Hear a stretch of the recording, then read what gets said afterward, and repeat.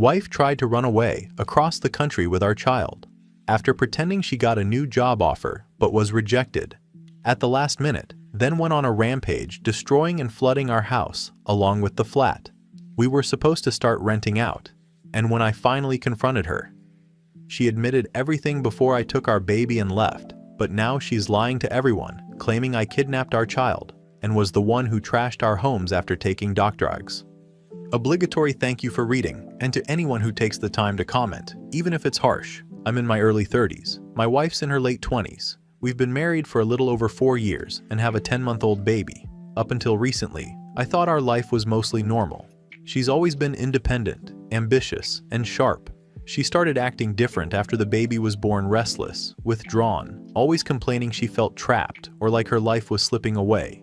I chalked it up to postpartum stuff and tried to give her space. I took on most of the nighttime feedings, handled the baby whenever she needed a break, and didn't question her when she said she was unhappy. I figured she just needed time. About 3 weeks ago, she came home all excited saying she got offered a job across the country, supposedly a big promotion with great pay and benefits. She said it was in another city about 8 hours away and that she'd have to move first to start training. She made it sound like a dream opportunity, something she couldn't pass up, and that she'd send for me and the baby once she was settled. I didn't love the idea, but she framed it as something that would help us long term. I told her I'd support her if it was legitimate, and she promised it was. The next few days were tense. She was distant but oddly upbeat, talking about apartments she'd already looked at, the schools in the area, and the weather there. She started boxing things up quietly, telling me it was just preparation. I didn't think too much of it until a few nights before she was supposed to leave. She left her laptop open on the table when she went to the store, and I saw an email notification pop up. I shouldn't have looked, but I did. It was from the same company she'd said hired her, a rejection email dated more than 2 weeks earlier. My stomach dropped. I scrolled through the chain and saw the full conversation. She'd applied, interviewed twice, and was formally turned down long before she told me she got the job. I didn't know what to think. I waited until she got home and asked her about it. She didn't even try to deny it. She just stared at me like she was exhausted and said she couldn't breathe here anymore, that she needed to get away, that I was controlling, and she couldn't live under my roof. I wasn't yelling or anything, I just asked what she was talking about and why she lied about the job. She started crying, said she deserved a fresh start, and stormed out with the baby before I could stop her. She took her phone and disappeared for the night. I tracked her through our shared account and saw she was at her sister's place about 30 minutes away. I barely slept. I kept checking to make sure the baby was still with her. The next morning, she came back out of nowhere, still furious, saying I'd ruined everything. She kept pacing around, throwing clothes into bags, saying she was leaving anyway. When I told her she couldn't just take the baby and disappear, she lost it completely. She started slamming doors, knocking over shelves, broke a lamp, and at one point turned on the kitchen sink and walked away while screaming. The water overflowed and ran down into the basement. It was like watching someone else. She wasn't even there mentally. I took out my phone and started recording. I didn't know what else to do. The whole time she was yelling about how she had nothing left and how I'd won. After she finally stormed out again, I shut off the water, called a plumber, and took pictures of the mess. The floorboards were soaked, part of the wall was swollen, and there was water damage leaking into the ceiling below. It was bad. I sat there realizing this wasn't just a fight. Something was seriously wrong. I packed a bag, grabbed formula and clothes for the baby, and went to my parents' place that night. I texted her saying I was leaving for safety reasons and that the baby was fine. She didn't reply. About an hour later, she sent a single message. "You'll regret this." Right now, I'm sitting at my parents' kitchen table trying to figure out my next steps. I've already backed up every message and video I have, but I don't even know where to start legally. She hasn't reached out to see the baby, but she's telling everyone that I'm an abusive father who snapped. My mother-in-law called me screaming that I'd taken her grandchild hostage. My wife also texted my sister saying she's talking to the police. I don't know what that means, but I'm not taking chances. I called a lawyer this morning and have an appointment tomorrow. I plan on filing for temporary custody and documenting everything. I know people will tell me to just let her calm down, but I don't think this is something that will blow over. I honestly don't even know who this person is anymore. A month ago, she was planning family trips and talking about starting a small business. Now she's flooding the house, lying about jobs, and saying I'm a danger to our child. It's like she snapped into someone else. If anyone's been through something even remotely similar with a spouse lying to everyone and turning the story around, I could really use advice on what to do next legally. Update 1. First off, thanks to everyone who commented on my original post. I read through every single message, even the ones that told me I needed to toughen up or that I was overreacting. A few people pointed out that what my wife did wasn't just a bad argument or a breakdown, but something that could have turned dangerous if I hadn't acted fast. I needed to hear that. I wish I could say things calmed down after I left with our baby, but they got worse, much worse. The morning after I posted, I got a call from a mutual friend asking if everything was true that I'd taken off with the baby after destroying the house during a breakdown. That was how I found out my wife had gone to the police. She told them I'd taken our child and disappeared after trashing both our home and the small flat we'd been fixing up to rent out. She showed them photos of the damage as proof. Those same photos are now part of the evidence I gave my lawyer because they're the same rooms she wrecked herself while I was recording quietly from the corner, terrified she'd hurt herself or the baby. My lawyer told me to hold on to everything, not to post anything online or argue with anyone, just to let the evidence speak for itself. She'd been telling people I was on drugs too. Apparently, that's part of her story that I snapped after using something. I've never even touched anything stronger than a beer. But people love drama, and once those words were out there, they spread fast. Her family ate it up immediately. Her mother left me multiple voicemails calling me a monster and saying she was going to make sure everyone knew what kind of father I was. My parents were already aware of everything that happened. I'd shown them the videos, texts, and pictures before the story started circulating. They're not the emotional type, but my dad looked sick when I showed him the damage. My mom kept saying that something wasn't right with my wife mentally, that it was like she'd snapped and was rewriting reality. They told me to stay calm and keep things strictly legal from that point on. I met with a family lawyer the next day and filed for temporary custody. The lawyer didn't even hesitate. As soon as I told her about the flooding, the attempted move across the country under false pretenses, and now the police report against me, she said this was more than just a marital dispute. It was a case of potential parental abduction and property destruction. She also told me that my wife's police report could backfire badly once the evidence came out. That same evening, I got a call from the officer handling the report. He wanted my side of the story. I gave it to him straight. I said I had videos, timestamps, and proof that she'd fabricated her story. I didn't get into emotional details, just the facts. I emailed over everything before the call ended. The next morning, the officer confirmed he'd received it and that an investigation was being opened on both claims, hers against me and mine against her. Then, out of nowhere, I got a call from our property manager about the flat we were getting ready to rent. He said the place was a disaster and asked if I knew what happened. My heart sank before I even got there. The front door frame was splintered like someone had kicked it in. Walls had holes, the bathroom sink had been cracked in half, and the floors were soaked again. It looked like someone had just gone room to room breaking things out of spite. The manager said he saw her there late that night, parking out front, and assumed we were doing late repairs. I sent photos to my lawyer and she added them to the growing list of evidence. Between the house and the flat, the damage is easily in the thousands. I know some people will say she must have been having a breakdown, and maybe she was, but that doesn't change the fact that she's trying to frame me for it. She kept messaging me through random numbers, saying I stole her baby, that I'd regret what I'd done, that I ruined her life. I didn't respond to any of it. Every single message went straight into a folder my lawyer told me to keep. She said this kind of thing can become harassment, and it's best to document everything instead of reacting emotionally. Meanwhile, I've been staying at my parents' house. My mom's been helping with the baby, and I've been trying to keep some kind of routine feeding, nap times, bedtime, all of it. My wife hasn't even asked to see the baby since she filed her report. She's more focused on making me look like a villain. That's what stings the most. She knows exactly what she's doing, telling just enough truth to make the lies sound believable. Her sister reached out once. She said I was being cruel and that my wife was scared for her life.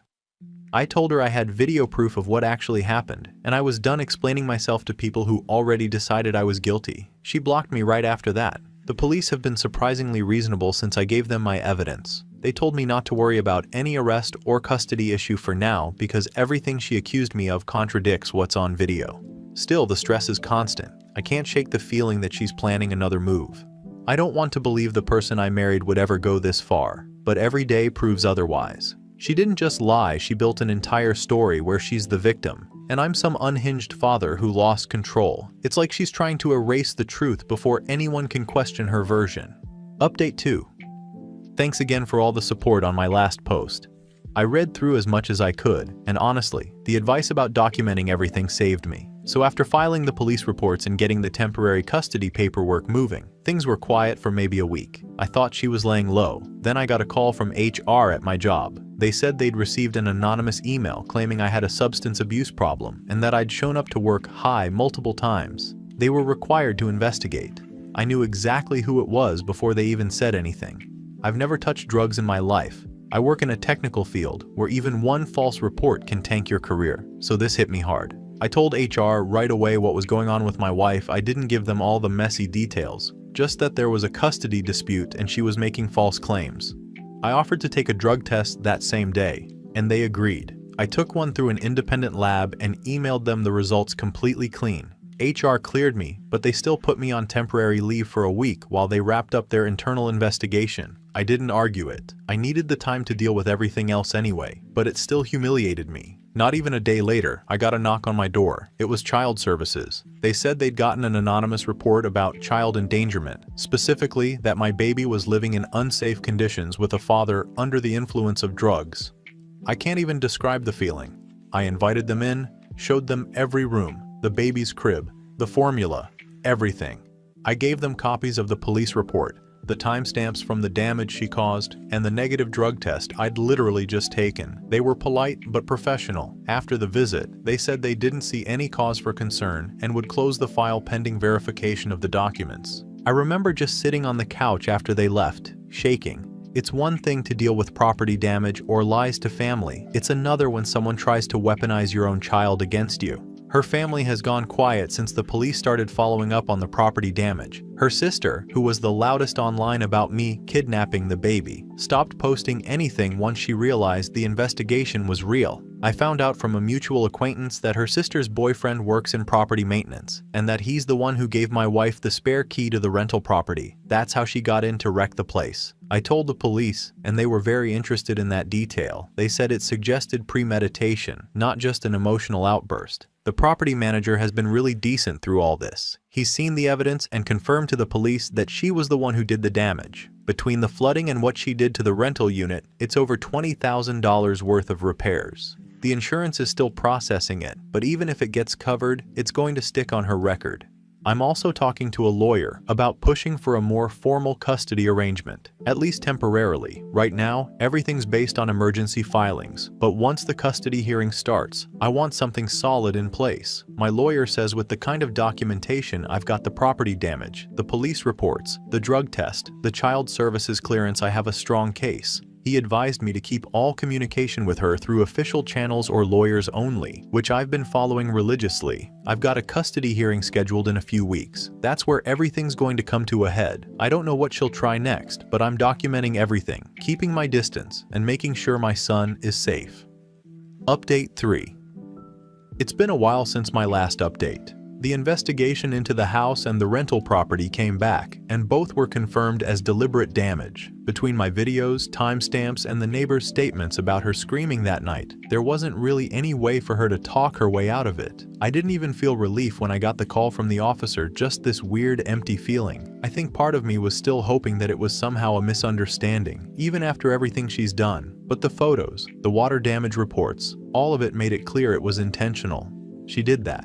After that, her story started to fall apart quickly. People who had been taking her side, mostly her family, and a few of our mutual friends, started backing off. I think the reality of what she'd done was too hard to defend once the police reports became public. Her mother called me one evening, crying and saying she didn't know what to believe anymore. I didn't say much back. I've learned it's better not to try explaining myself anymore. I have the evidence. I've said what happened, and if someone still wants to believe I'm some unstable guy who kidnapped his own kid, that's on them. Her lawyer reached out after that to try and work out a private arrangement. Basically, they wanted me to drop the criminal charges if she agreed to joint custody. My lawyer told me it was just a desperation move. She knows what's coming and is trying to look like she's being reasonable. I turned it down immediately. I'm not doing this for revenge, and I'm not going to let my son grow up in chaos just because she's scared of facing consequences. Around this time, she started sending me these strange emotional emails. One day she'd be begging for forgiveness and promising to get help. The next she'd accuse me of destroying her life. It got to the point where I had to block her on everything except a monitored email my lawyer keeps for custody-related communication. I know some people think that's cold, but after what's happened, I can't risk any contact that isn't documented. Every interaction with her somehow gets twisted into something it wasn't. She also started showing up outside my new apartment. I don't even know how she found the address I moved for safety reasons and only told a few people.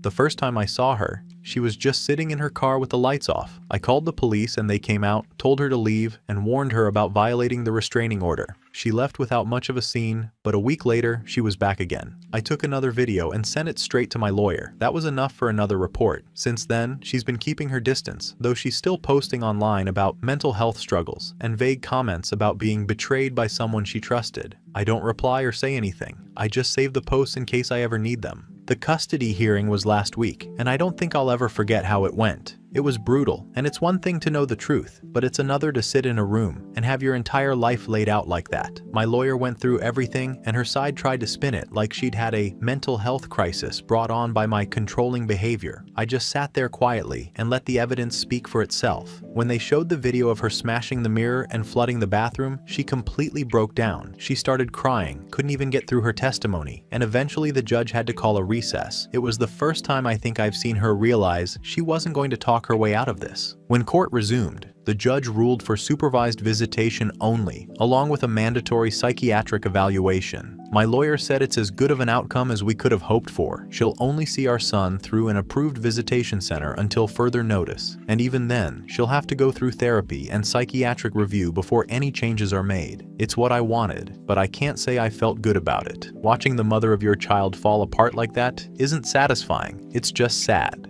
After the hearing, I sat in my car for about an hour before driving home. I kept looking at the photo of our son I keep on my dashboard and wondering how it got to this point. I still remember when she told me she was pregnant and how happy she was. It feels like that person doesn't exist anymore.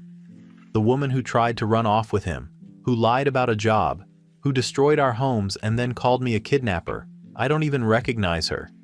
I keep replaying things in my head, trying to find the moment where everything went off the rails. Maybe it started after the baby was born and she felt trapped. Maybe it was always there and I just didn't see it. Final update. I was granted full custody, with her getting supervised visitation twice a month through a center that handles those cases. The judge also put a long-term restraining order in place and made it clear that any harassment, online or otherwise, would count as a violation. She's been mostly quiet since then, at least directly. I've heard bits and pieces through people who still have her on social media, but I don't check myself anymore. I'm done feeding into whatever narrative she's trying to keep alive. The psychiatric evaluation confirmed what a lot of professionals had suspected. She was diagnosed with borderline personality disorder and severe depression. I guess that explains a lot, but it doesn't excuse the things she did. She's in mandatory therapy as part of her visitation terms, and she's supposed to provide progress updates every few months to the court. Her lawyer asked if I'd ever consider shared custody again if she stabilizes, but I told him I wasn't going to make any promises. My main concern is my son's safety, not trying to fix something that's already beyond repair. She ended up losing her job not long after everything came out. Apparently, HR got wind of the fact that she filed false complaints about me using drugs and had been under investigation for harassment. Her family hasn't said much publicly, but her mother reached out once through my lawyer to apologize for the things they said early on. She admitted they believed her version of events because she'd always been the more emotional one, and it was easier to assume I was the problem. I didn't respond to that message, but I appreciated it all the same. I don't have the energy for more contact with them. The damage to the house and rental flat ended up being worse than I thought.